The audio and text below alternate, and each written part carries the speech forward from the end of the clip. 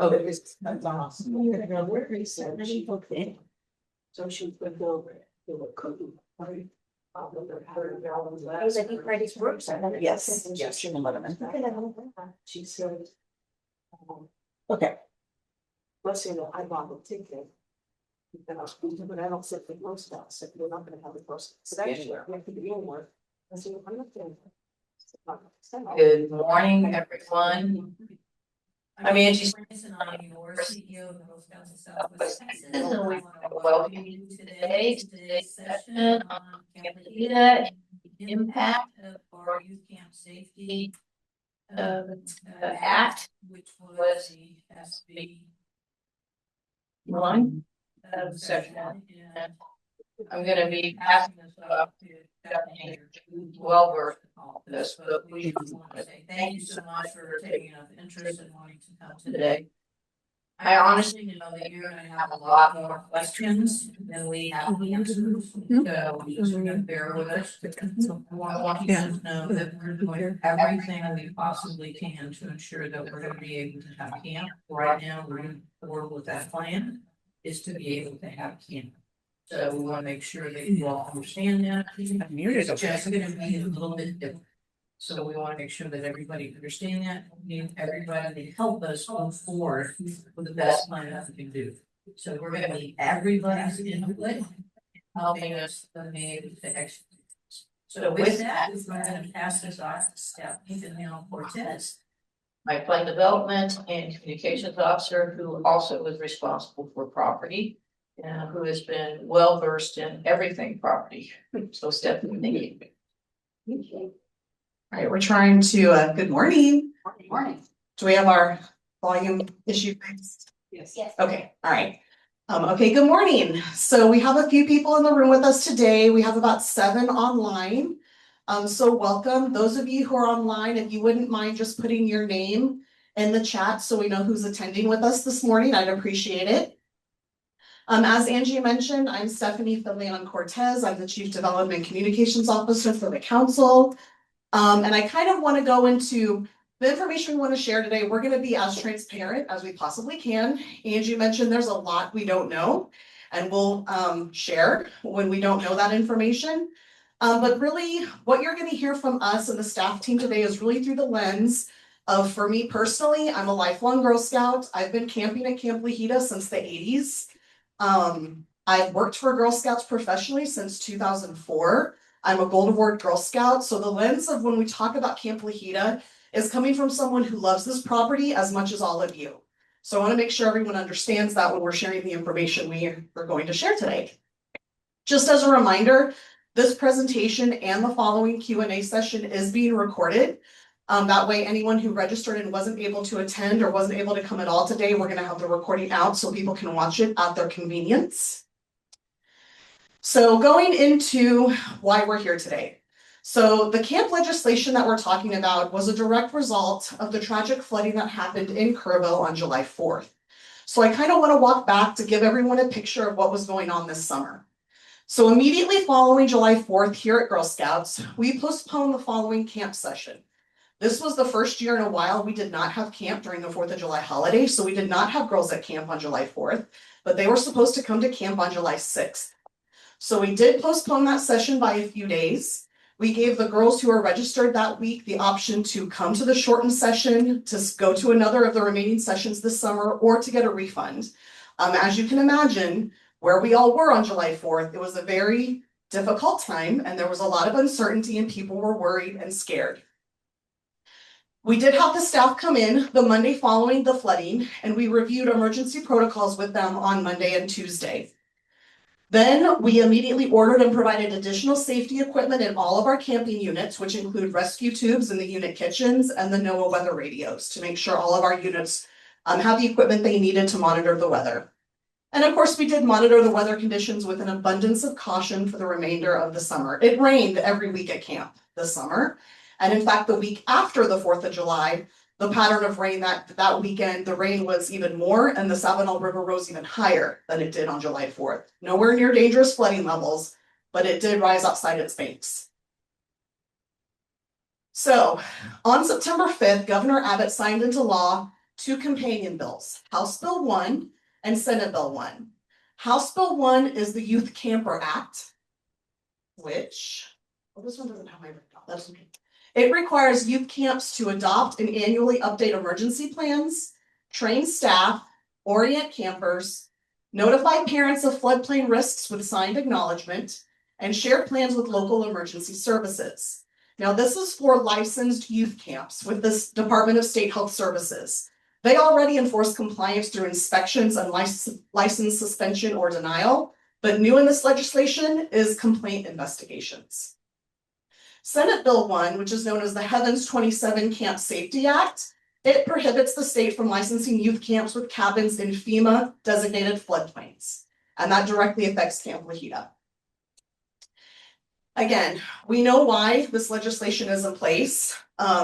Overall, with the flooding and the tragedy at Camp Mystic, we had 8 Girl Scouts who were among the victims from across Texas and Alabama. Just to kind of keep things in perspective, this is the FEMA flood map of Camp Mystic. You can see in the blue and the red striped is the regulatory floodway. I wanted to point that out because that language is directly mentioned in the legislation. And then the blue is just the 1% annual chance flood hazard FEMA map. That means it's the 100-year floodplain. There's 1% chance every year that it could flood to those banks. And if you look here, right here, these are all green roof buildings. These are all cabins, I believe. And you can see where the structures are in the floodplain. So just kind of, we know that this is the result of Camp Mystic and the resulting legislation that we're working to implement right now. Here's the floodplain for Camp La Jita. So you can see we don't have a regulatory floodway near our property, but we do have the 1% FEMA floodplain. So just for context, this is the main entrance at La Jita. This is the horse arena. This is main camp right here. This is also the FEMA flood map, but from the engineers we've been working with that kind of lines out the property.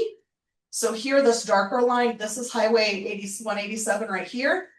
And then this is the property line of Camp La Jita. You can barely see it, but that gives you another perspective of how much of Camp La Jita is covered in FEMA floodplain.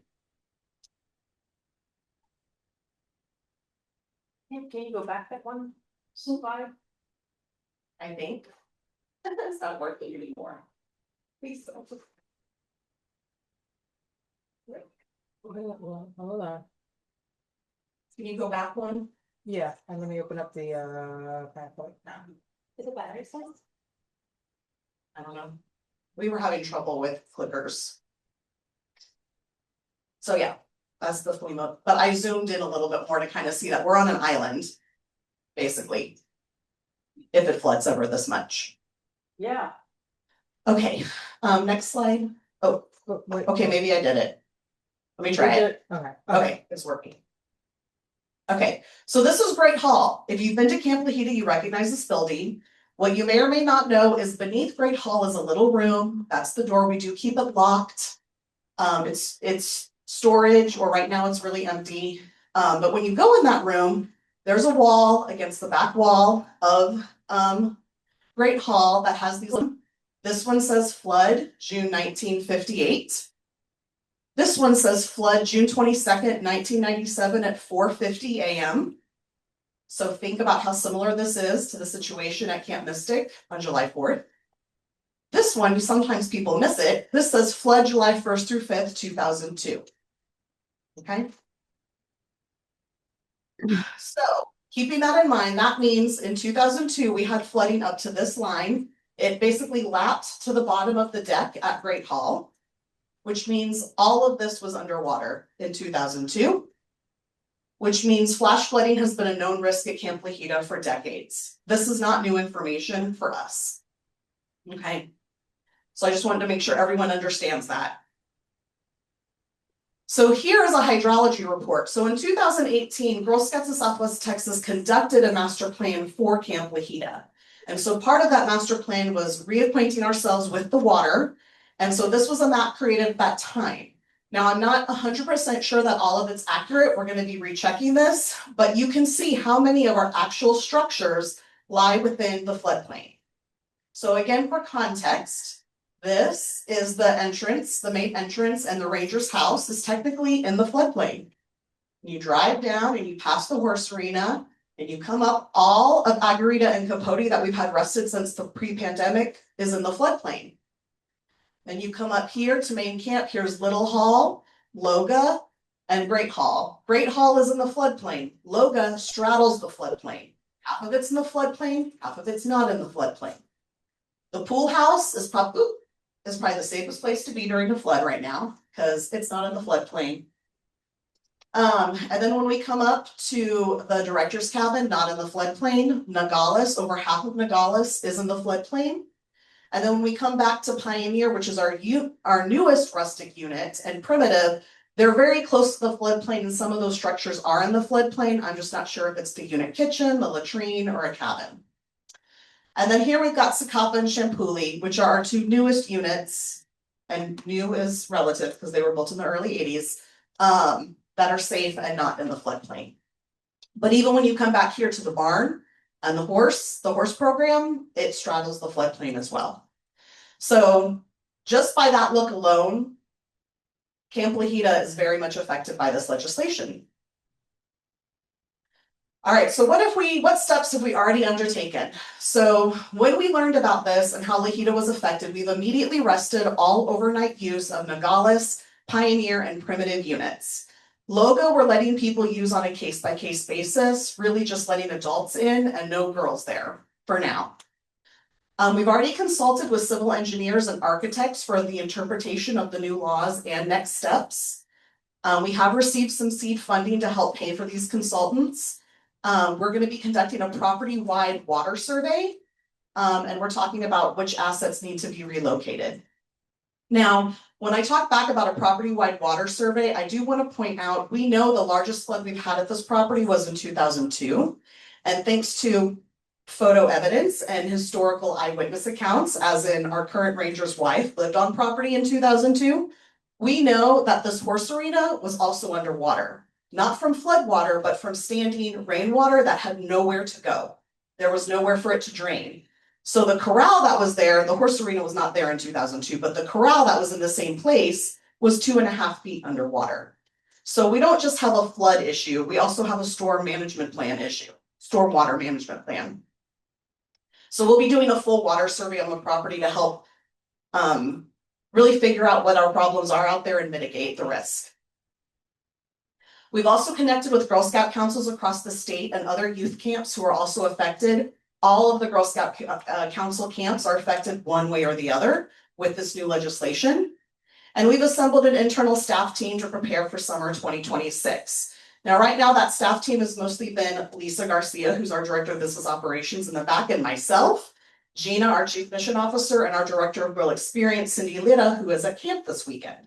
Now that we're learning more and we're waiting for those rules to come out, which I'll talk about next, and we'll be bringing more people on board to help plan for how to conduct camp this summer. So what do we know? We know that 60% of our current lodging units are unusable, which means up to 88 beds need to be relocated. We also know that the legislation requires infrastructure improvements, like a property-wide public announcement system that is not reliant on the internet. It requires fiber internet, which we have, which is fortunate, a lot of camps don't. Redundant internet, which we don't have. Lighted evacuation routes, which we don't have. And if we are able to use LOGA, ladders for each cabin in a floodplain, which we don't have. We also know that the detailed rules will not be released until January 1st of 2026. And that our emergency plans are due to the state by April 1st of 2026, which means we have 3 months to turn around all of the paperwork that we need to submit in time to be licensed for this summer. And we know that a higher fee will be required for that license. And we also know that all of this is going to cost money that we did not plan to spend this year. What don't we know? There's a lot we don't know. We don't know where the lighted evacuation routes need to go. We don't know how far the fiber internet signal needs to go. We don't know how day camp is affected for troops that are camping over the week, during the school year. There's a lot that we don't know, and we're really waiting for those regulations to come out to give us some more guidance. So the other thing is we have already started making some changes in anticipation of this summer. So we have changed our cookie program, one of the rewards update. We've always been very happy to grant a free week of camp as a reward for girls who sell 1,600 packages or more. We are going to pause that reward for this year because of this legislation and just our uncertainty for summer camp. So right now, the planned reward reads on the card as 1 week of free GSSWT camp or American Girl of the Year doll and book, or a stop in the cookie jar boutique and $160 cookie credits. What we're gonna update the rewards to say is we're gonna add $250 in cookie credits. So in addition to the 160, and then they can do the American Girl of the Year doll or the cookie jar boutique option. So this means that if your daughter still wants to attend camp and she's used to and has the ambition to reach that $1,600 package level, she can register for camp, pay her $50 deposit, and use her $250 plus $160 of cookie credits to pay for a horse session at camp this summer. So she can still earn that free week with paying her deposit, okay? So we're pausing the no free camp reward option for 2026, and we plan to bring it back in 2027. All right, the other thing we're doing is we've got a lot of planning to do at Camp La Jita. We've had the master plan in place since 2018.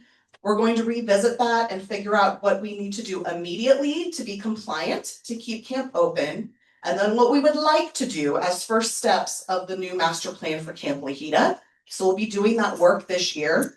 But to help inform our design team on that, we have a survey that we'd like all of our volunteers and caregivers to fill out, just letting us know how you use Camp La Jita and what you want to see at Camp La Jita. So your feedback would be really important to help us inform that conversation. And please make sure if you're not here today, ask everyone else you know within Girl Scouts to fill it out, please. You have pieces of paper being copied around. I'm going to put this back on the screen when I get to questions that we took in advance that I haven't already answered. So yeah, thank you for those who submitted questions in advance. These are some of the ones that I don't think I already answered that I want to make sure I answer. So what are the options for cadets and older Girl Scouts this summer? We're really looking at having summer camp at a reduced capacity, which means we're still planning to offer summer camp, but what were early conversations, this is not guaranteed in stone, early conversations are 1 unit for younger girls, 1 unit for older girls. We're still committed to having older girls at camp. We just don't know exactly where everyone's going to sleep. What are the opportunities for PAs under these new restrictions and PA training during spring break camp? One thing that I want to point out is this legislation is only for licensed youth camps, and there's a very specific list of criteria for licensed youth camps. One of them is how long you're taking care of other people's children. And to be a licensed youth camp, it's 4 consecutive hours or more a day for 4 or consecutive days in a row. So right now, if you're meeting with girls for 4 days or more, you need to be a licensed youth camp. If we're meeting with girls for 3 days, we don't have to be a licensed youth camp, okay? So that's one of the things we'll be looking at for spring break training specifically. Will the council allow troops to overnight camp at state or national parks? Yes, they already can, so that's not changing at all. Can my girl use her cookie money to go to another camp outside of our council for summer camp? This usually is something we do not allow. But we will take it into consideration for this summer with the restrictions that all the camps are going to be facing. So we'll have a better answer for that later. And can my girl or troop do a higher award for Camp La Jita? And the answer is yes. Now the higher award would have to be fitting within the master plan that we have in place to make sure it's something that will be more helpful versus something we would have to redo or destroy later down the road. But we can definitely have discussions with girls or troops about higher award projects at Camp La Jita. All right, here's the survey again, if you didn't get a chance to take it. And then that's really all the information I have to share. What questions do y'all have? Yes, Karen. So on the, so if I take the troop out, but I can't go any longer than 4 days. Is that what you're talking? Like, Well, for a licensed camp to be required to be licensed, correct. So, but I'm not like, I mean. I know. Yeah, But when our troops go camping, they usually go camping for 3 days. Yes, Mhm. but if I wanna go for longer than 3 days, let's say that I wanna take a trip to Colorado this summer and spend 5 nights out. But where are you going? Well, I'd be You're going to a camp in Colorado, Yeah, a state park. then there's no implication with this Okay, at all. good, okay, all Yeah. right, thank you. Yes, ma'am. So, question regarding like. So like twilight camps and stuff like that, so if the twilight camp is not being held at Camp La Jita, then it probably doesn't need to work with these items, correct? No, Okay. this is for licensed youth So camps, just whether they're like Camp overnight or Lahita. day camps. Cool. The criteria is 4 or more consecutive hours and for 4 or more consecutive days. Any other questions? Yes, Sandy. The master plan, does that still include a lodge kitchen facility being built for organizations or corporations to bring their staff out there for trainings or for retreats? The original master plan does, yes, but we're gonna revisit the master plan to see if there's any scope that we're going to be changing in light of this new information. so on the map that you were showing, And you said that we're almost like a little island, cause the floodplain goes completely around. Is that where we would move the new units to, in that little island part? Yeah, I mean, the legislation is very clear that they define a cabin as any structure that a camper, which is defined as a minor, stays in overnight, sleeps in. And it's very clear that cabins cannot be within the 100-year floodplain. It does not account for elevation or anything, so like you could still be in the floodplain and be up 10 feet and be safe. But the legislation as it is written now does not allow for that. So there are no structures, overnight cabins permitted to be in the floodplain. Okay, Is there a chat question?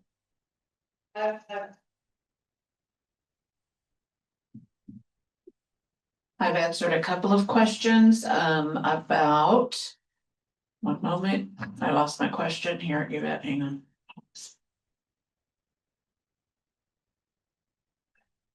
First question was, did the July 25th, 2005, sorry, flood register at the same level as under Great Hall? My response was no, it did not. Correct? Correct. Okay, next question was, what was the cookie jar boutique, which we did answer, and that is an Amazon boutique that will be available for girls when they reach that level of reward. Then will PAs be used for camp? The answer is yes, but there'll be a limited number of spots because of bed space at this time. Next question is, will sailing camp be affected as well? The answer is yes. okay. Any other questions? Yes, Sandy.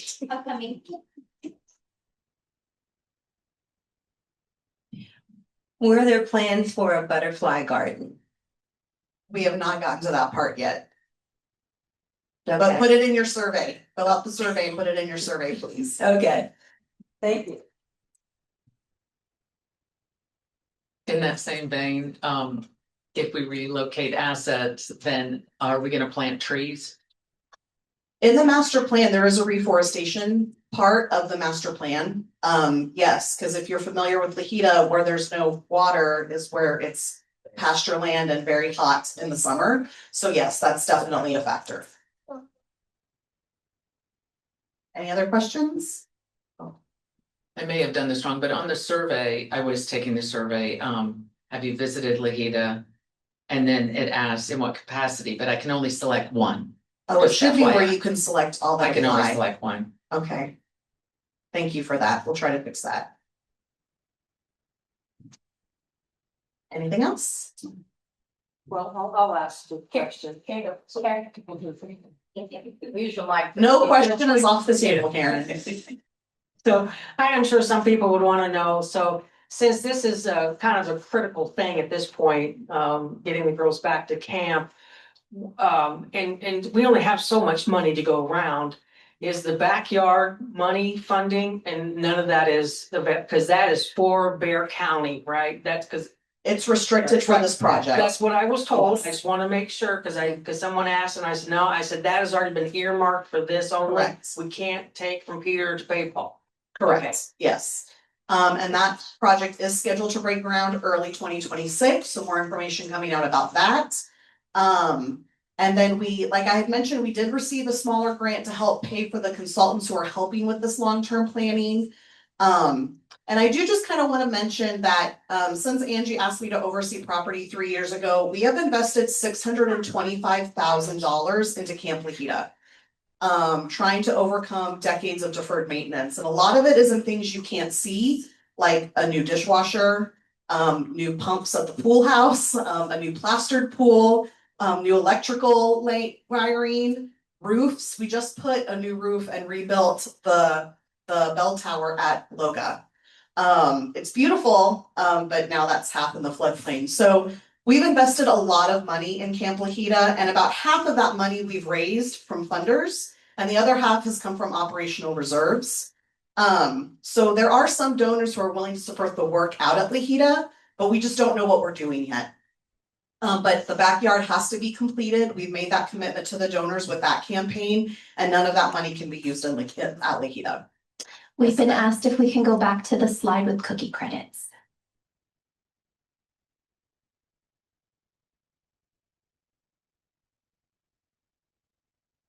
There you go. Thank you. You're welcome.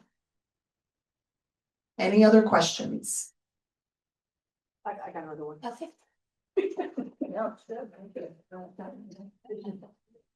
Okay, so the state of Texas, and House bill and Senate bill and all this, are they offering up any money to help us? No. No. Not for youth camps. They have put money, they've earmarked money with municipalities and county governments for like the early flood detection systems on the waterways. So it is possible that we could work with Uvalde County and offer up Camp La Jita as a property where they could put their emergency warning systems. And so we plan to make that phone call, but there's no money right now that we can apply for to help with these infrastructure updates. So I have another question. I know that with Camp La Jita being like our camp, and there's, I think, 7 or 8 councils in all of Texas. What other councils have camps? And if they don't, have we had a chance to maybe reach out to them to see if they would assist us in trying to preserve what remaining camps Texas has for Girl Scouts? They all have their own camps. Okay. Some of them have more than one. Some of them are operating at a full capacity or a reduced capacity, but we are all affected by this in one way or the other. Those of us with camps on water, Central Texas has Camp Tex Lake. They're on the lake, but it's a still body of water that's dammed, so they have exceptions. San Jacinto Council has Camp Casamare. It's on Galveston Bay. Girl Scouts of Texas Oklahoma Plains has a camp up in Stevens County. They're in a very similar situation than we are. They're in a canyon. And they have cabins that are in floodplains. So, and none of us have a system-wide, property-wide PA system. None of us have redundant internet. So we're all very much in the same boat and are working together to help each other with resources. And I spoke to this vendor and they're willing to cut a deal, those kinds of things. We're communicating like that at the state level. So, GSUSA help? No. No. Not helping. No help from GSUSA. There is a lot of conversation within the camping community with American Camp Association. We are an accredited camp with ACA. So, and a lot of it, like I've also had several meetings with other youth camps that are in the area. So we're not just looking within Girl Scout councils, we're also talking to our other campers who do this, like this is all they do. Camp is not the only thing Girl Scouts do, as y'all know. So we're learning a lot from the people who do this every day as well. Question in the chat is there a possibility of tent camping during resident camp as a backup for full structure cabins? Possibly. Next question, what about tent cabins like they have at May's Family Camp as an option? Possibly. We are, like, there is a fine line between spending resources on temporary lodging and wasting that money essentially for a year or two before we're able to invest in more permanent lodging. But I really want you to fill out the survey, those of you who have, like, you want to see those types of structures, because that really helps us determine what type of structures we want to put at camp, whether it's temporary or long-term, because the way we grew up at camp is not necessarily the way today's younger girls or today's younger moms want to camp. So it's really important that we hear from all of our members about what they'd like to see at Camp La Jita. Real quick, a question for clarification. You mentioned 88 beds are unavailable, correct? Yes. Okay. So I have to just point something out. If Gina were to pull up the statistics, we in the past have had capacity for well over 100 and Gina, 140, 130 per week at Camp La Jita. And we have not had more than 60. I think the biggest week we had, I think, was 64 girls. 72 last year. So, and that was in 1 week. So and then we have been as low as like in the 40s. So here's the deal, all right? If we are not getting our girls to go to camp, this is a lot of effort for a few number of girls in the big picture, because we're a council of over 7,000 girls. And so Twilight, all the great things, you taking girls to other places are great experiences, which is why we're trying to ask you, why are you not sending? Again, this is great. We're building this backyard because this is aggression. If they're not getting that first experience there, we're going to give it here. But the idea is for them to go from here to Camp La Jita. All right. This is why we're doing this. This is not for anything other than for girls to get excited about the outdoors, to get our volunteers trained, to feel comfortable with being outdoors and going to this beautiful Camp La Jita. Those 260 plus 236 acres. I keep trying to encroach on the neighbors because I want some of their turf, but the realities are we're not using this. And so it's really tough. Like we said, we have spent a lot of money and we're out there every day really trying to convince our donors, because there aren't donors that want to give that area, but we're finding the onesies and the twosies that are believing in our mission. But if we're not filling these seats, these bunk beds with our girls, and we can't do it without our girls. So I'm just telling you that, we're gonna manage with trying to get 100, but if we don't put 100 girls every week at this camp, it's really a tough sell. So as one of the old schoolers, as a camp counselor, I was paid a good $100 a week for 9 weeks. And now we have to pay out lots of money for people to come to camp to actually be camp counselors now. And I take it that's across the whole United States, because I'm going like, and of course, being oldster, camp used to be $50 for 2 weeks. And my cooking money helped, but, and now we're looking at 400 for a week.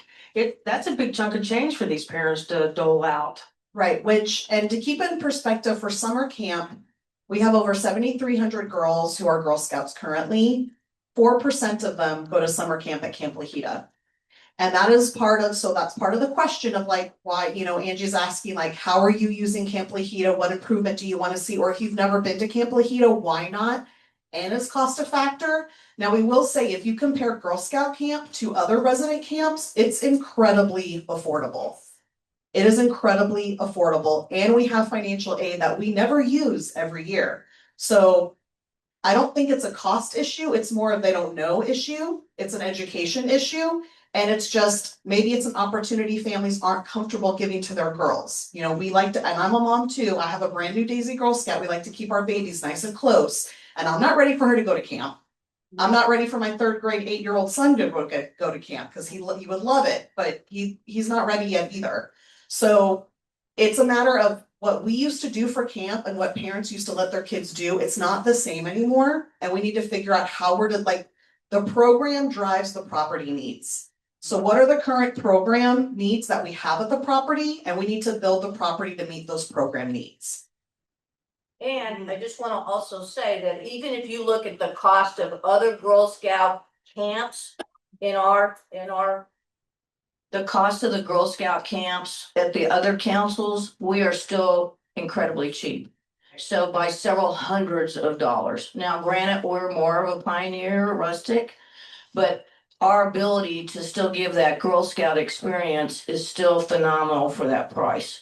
And this is, and again, when we're talking about full 24-hour care with college graduates or college kids as our counselors and our incredible team, that's pretty phenomenal for this great Girl Scout leadership experience that we're giving. And then throw an extra $50 if they're going to be part of the horse camp.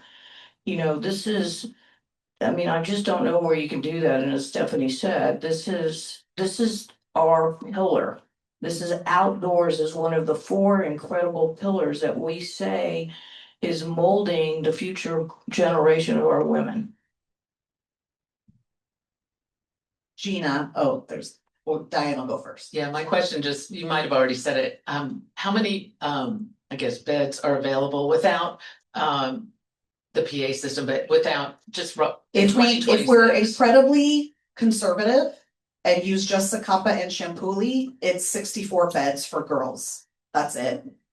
32 girl beds in each unit, plus the staff.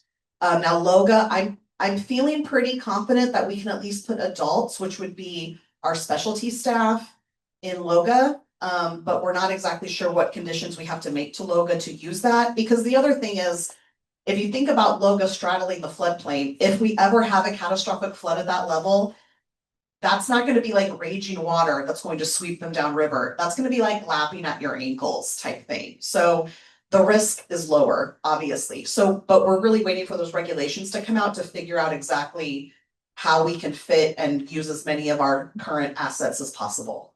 But very conservatively, it's only 64 beds. Online question. How much would it cost to build a unit with kitchen, restroom, showers, cabins? A rough estimate. We don't have those numbers yet. That's part of the work that we're doing with the design team. To kind of talk about some preliminary design planning so we can get an estimated cost and figure out how much money needs to be raised or invested in the property. Next question is how much is the financial aid available? As in like total. So we have a Sally Campership Fund that was created when Sally Cheever passed away in 2004. And we usually earmark about $25,000 per year out of that fund. And we maybe use about 2/3 of it. So it's like I said, there's always more available and it's not that much money. In fact, Not much last money year, being used, is Not that? much, yeah, not much, Not we don't much use it money every being year. used. And then just to answer, the question was drilled down to per girl, it depends on the ask. But there is money available, correct? Correct. Okay, next question is, with the flood area surrounding the camp, will a raised emergency exit be included in the new plans? We don't know that yet. That's part of we don't know a lot yet. The lighted evacuation routes that they mentioned, we don't know whether they need to lead girls to a muster station. We don't know if we need to lead them off property. That's one reason, like, if we ever have a flood, it would be safest to shelter in place because the roads are washed out north and south of camp. So there's no point in trying to get them out before a flood. It would be more dangerous to put them on the road. So we're waiting for the regulations to come out to answer those types of questions. We don't know at this point. Next question is, if we are only averaging 60 girls per session, but can house 64, can camp sessions still happen as they did last year? I'm gonna say no, because that doesn't account for PAs, CITs, and the specialty staff that we have to figure out where to house them. But even if we have, like, we had just over 300 girls attend camp this last year, if they all want to come back, it's very likely we will have a place for them. Like, there isn't, we're considered a small camp, so we don't have tons of demand right now. But we just simply don't know exactly where we can put girls once we map out the plan. We really have to wait till after January 1st when those final rules are released. Need to explain us because they grew down by. Oh, so that, and because one of what we need to consider is we group the girls by grade level, right? So we need to keep the younger girls sleeping in the same cabins with the older girls. Because as a parent, you may not want your 3rd grader sharing a cabin with an 8th grader, right? So we need to be very purposeful about how we set up the registration and what cabins we're going to designate for which age groups. Any other questions?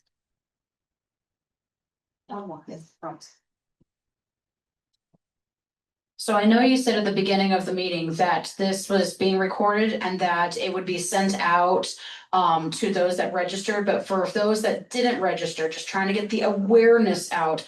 Will this deck / Q&A session be available for other troop leaders, volunteers? It's not just for those registered. No, we'll put it out on our YouTube channel. Cool, thank you.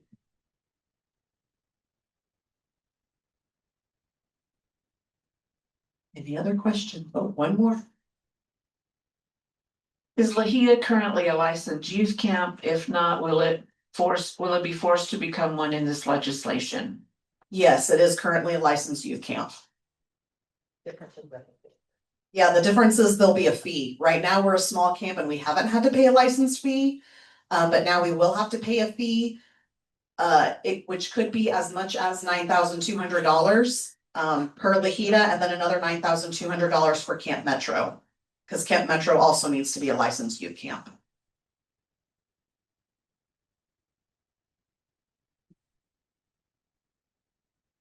Any other questions? Alrighty, well, let me go back and ask everyone one more time. Please complete this survey. I see something come up in the chat, Gina.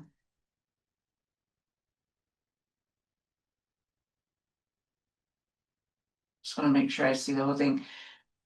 Possibility that in the regulations of every human on property required to have a life jacket. And a cost-saving thought, should all camper staff required to bring their own Coast Guard rated life jacket as opposed to camp providing the life jackets? Due to, sorry, it's having trouble letting me see all the question. Where did it go? Due to wide range of sizes needed could make that difficult. No, in the legislation as it's written now, there is no mention of like personal safety equipment required. So I don't anticipate that being part of the rules and regulations.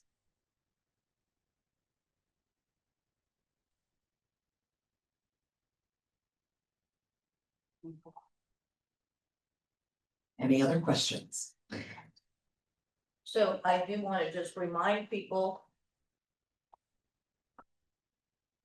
You know, the girls can also use their cookie money to finance going to camp. So it's not just, you know, the troop funds. So if girls don't achieve their sell enough of the cookies, many of the troops are sitting on a lot of finance money. You know, they have earned money in there that they can use that to also offset the costs among their troop to go to camp. So we also just encourage that there's opportunities for them, and then also just encourage for that first experience as the troops to go out for the weekend to Camp La Jita to see what it is and how it is. So just other opportunities right now so that people can go out and see it, because we can use that, but the more people that get there, see it, and then help us again. This is just gonna be a little blip. Right, we're gonna get through this, but we need everybody to recognize that we are moving as aggressively as we can. This was not part of our plan, but as typical Girl Scouts, I love to refer to our council as the Phoenix. Because we continue to just kind of come up and take every incredible challenge that's been thrown at us for the last Stephanie keeps reminding me I'm the 13th CEO of this council, as I keep saying, wow, like every single time something incredible happens, we manage to meet this challenge. But we are, this camp is just, this is our identity, we want our girls to go out there. It's a beautiful, beautiful camp, and we're gonna make this, continue to be our legacy and for the future of our council. So we're gonna make this happen, but we need our girls to go, and that's really very important. We need our volunteers to go and to love it. And we have great plans to continue to improve it and to add more things that the girls will be able to enjoy and to learn and grow from there. So, but please help us kind of get through this little rough patch that we're gonna go through. Any other questions? Yes, ma'am. Yes, Cindy. Just a quick question, are there any additional big gifts coming up that can be earmarked for Camp La Jita? No, I mean, we would love it. So any of you right now, I'm taking checks. If you wanna, it's the end of the year, if you wanna designate your IRA accounts to us, any stocks, bonds. We are very happy. We're happy just to try to get through operations right now. So we're very delighted that we raised all this money for the backyard. However, we are just trying to get, this was not, as Stephanie said, this was not part of the plan. We had said, we're done with the backyard, we're gonna get back to raising money for our current programming and our Girl Scouts. And then boom, and as we said, we immediately reached out to somebody that we could count on. And we said, this is gonna put a huge, gut punch. So they gave us some seed money to move forward so that we didn't have to take anything out of our current budget. And so we're able to kind of move and start doing this work. But there's still other stuff happening, so we appreciate that, but it's very hard to go to the people who've been great supporters of ours, right? So you never want to keep going back. Diane, I need some more. Diane, I need some more. Diane, I need some more, because they just, right now with, the federal government just opening up, right? With the food insecurities that our community has. I mean, it has been, I've had many people say to me, Angie, we love you. We love your Girl Scouts, but there's a lot of other things happening, and I try to explain, these are my Girl Scouts, it's my families, they're in the same lines. And so, but their vision is a little tough, right? So we have to kind of come around a little bit or give people a little bit of time. So we need our families and our Girl Scouts to step up a little bit for us. And so I'm kind of asking all of you in our Girl Scout funds and what we've got in there to maybe look internally and maybe share some of those opportunities for us. Or if you know people that might be friends of Girl Scouts and maybe haven't stepped up yet, to let Stephanie and I know, and then we can maybe tell them about this opportunity for them to kind of be part of our mission. So great question. Yes, ma'am. So you asked about a big give. So I work at an employer. I'm not sure if I'm allowed to even say their names. I'll just say I work for a bank that is a military provider here in San Antonio, Texas. Wink, wink. That's also a hash Partner, partner. wink, Yes. wink. Yes. So yes, so we have something, it's insert name of the bank, serves. And they have a matching, so dollar matching, we could take it out of our payrolls, we can do debit cards, etc. For the big give on Tuesday, they already notified us employees that they will do a 2-to-1 matching. So if I donate $100, they will match $200 for a total of $300. And now it does have a price point. So last year, I think they did something similar and it maxed out in 2 hours. But like $7 million amongst all us employees with my company, my employer, matching. So I would encourage folks to maybe reach out to your employers or people who have, are part of corporations to see if there will be a matching thing for a big give Tuesday. That was my 2 cents. Thank you, and we do receive those matching gifts through that online giving system, so thank you.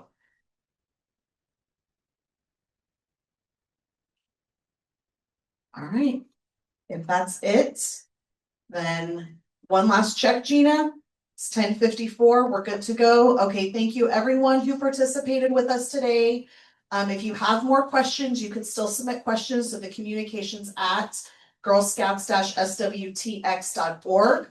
And we will do our best to answer them. If we did not get them answered on today's town hall meeting. So thank you very much, everyone, and thank you for volunteering and everything you do to support your daughter's leadership journey in Girl Scouts. Have a good day. What's events? Sorry. Today's the I got there early. I did I pass it? Oh, I put it in. Oh, that's okay. I get an alert and I just turn off the alarm remotely. It's fine. No,